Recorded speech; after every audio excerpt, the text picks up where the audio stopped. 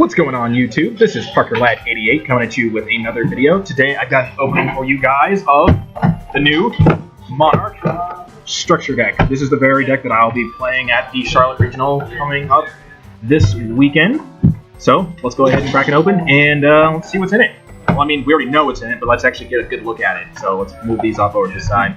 I'll do a deck profile on this later, probably after the regional. I want to see how I do with it first before I put it up. Because, like, if I top, that'd be really, really awesome.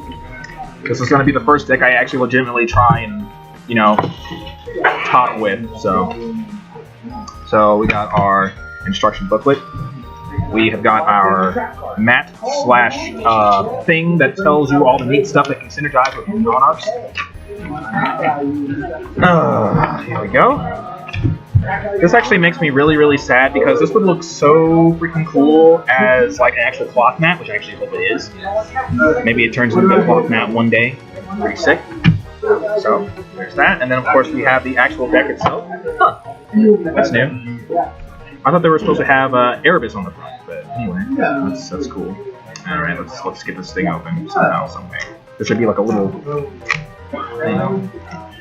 No, I guess not. I guess I got rid of those.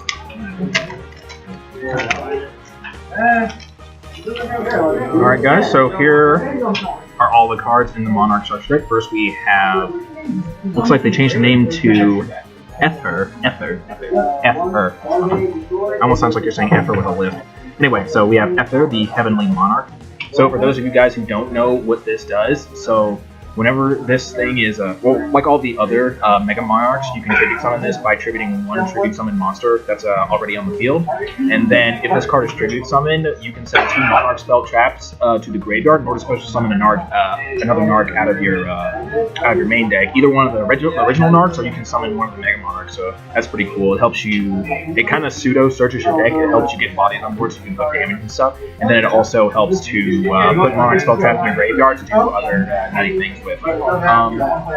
Also, during your opponent's main phase, what you can do with this thing is you can banish a Monarch spell trap from the graveyard in order to basically tribute summon this thing. So you can get its effect during your opponent's turn. Put bodies on the field, help start all great stuff. I think this is a great card. I'm going to be running this for you, of course.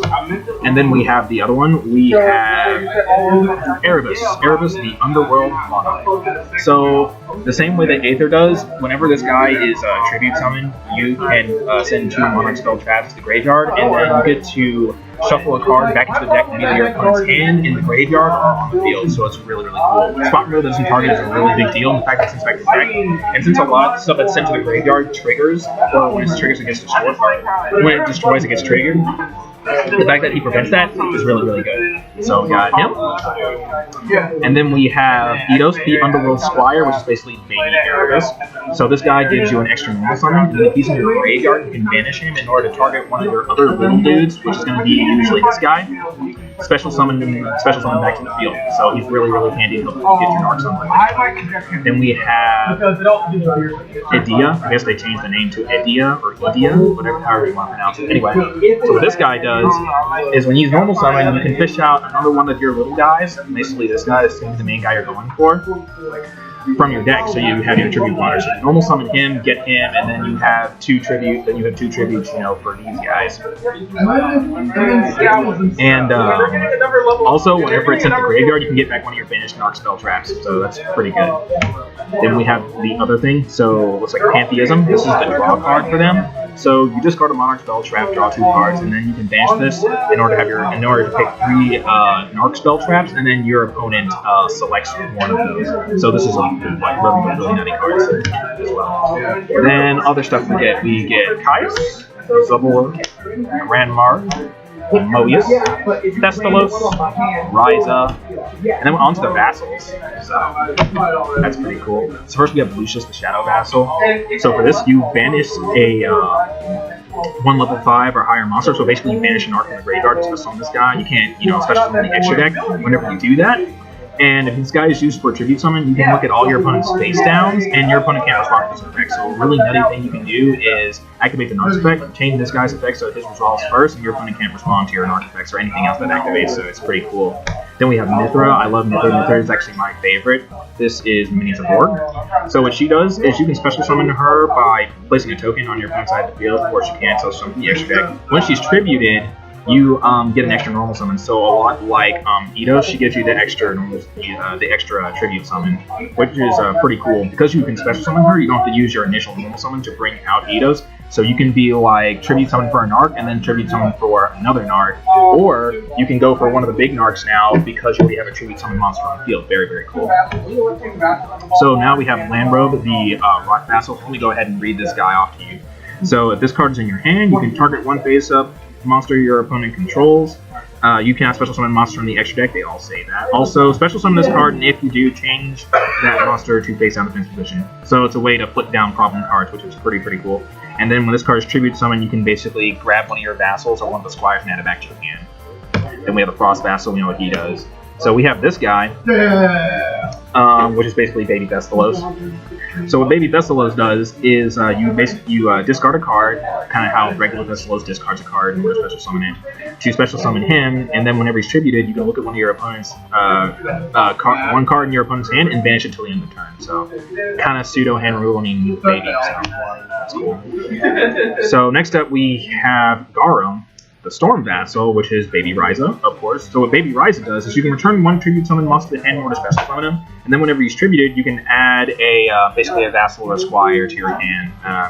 So he's like a searcher for all the little guys. I hate to interrupt, but did we get the blue chicken? Yes. I did ignore sorry. Oh. Do you want to talk about Lucius for a minute? Okay, so other stuff we get Illusory Snatcher, Tragodia with finally awesome reprint, Dandelion, another awesome reprint, Map Edition, very awesome reprint. A lot of good reprints. I didn't even realize those cards were in there. Level Leader for all those Syncon players, Battle Fader, another good reprint. So now we have Domain of the True Monarchs. So this is their new field spell. What this thing does is while you have no extra deck, if you control a tribute summon monster, your opponent cannot special summon monster from the extra deck either, which is really cool. Also, you can target one of basically your Mega Narcs and decrease its level by 2. Also, whenever a tribute summon monster attacks your opponent's monster, like any of their monsters, you get to it gains 800 attack during damage cal, so it turns them into big beaters, which is pretty cool. So awesome, another new card. So next up we have March, Return, Stormforth, Strike, Tenacity. I actually needed this. We got Soul Exchange, Enemy Control, Dice Spoon, Soul Charge, awesome reprint. Then we have the Prime Monarch. So what this card does is you can target 2 Narc spell traps in your graveyard, shuffle them back to your deck, and draw 1 card. So it's like a Pot of Avarice. Allows you to recycle your Monarch spell traps because you're always going to be saying them with these guys. And then, if this thing is in your graveyard, you can banish an Arc Spell Trap and special summon this card as a very light type, 1000 attack, over 24, it's level 5, and it's counted as a normal monster. It's not a trap monster, it counts as a normal monster, which is really cool. Then we have the first Monarch, Escalation, the Monarchs Awaken, Monarchs Erupt, by order of the Emperor, Pinpoint Guard, and then we have a token. That's an interesting looking token. It's like a void. It's pretty cool. Anyway, guys, so this is the Narc structure deck. So I'm really excited to play this deck. I'm really excited to take this deck to regionals, and hopefully I'll come back and do pretty well. I'm going to be covering the whole regional experience from when we get in the car to when we go ahead and go. So stay tuned for those videos as well. And let me know what you guys think about Narcs. Are you excited about this new deck, about the support that Narcs have gotten? If you're an old fan of Narcs, are you not excited for Narcs because of all their tribute summoning your monster shenanigans? I'd love to hear you guys' opinions of the deck. But until then, I'll catch you later for future videos. This is Parker Ladd, out.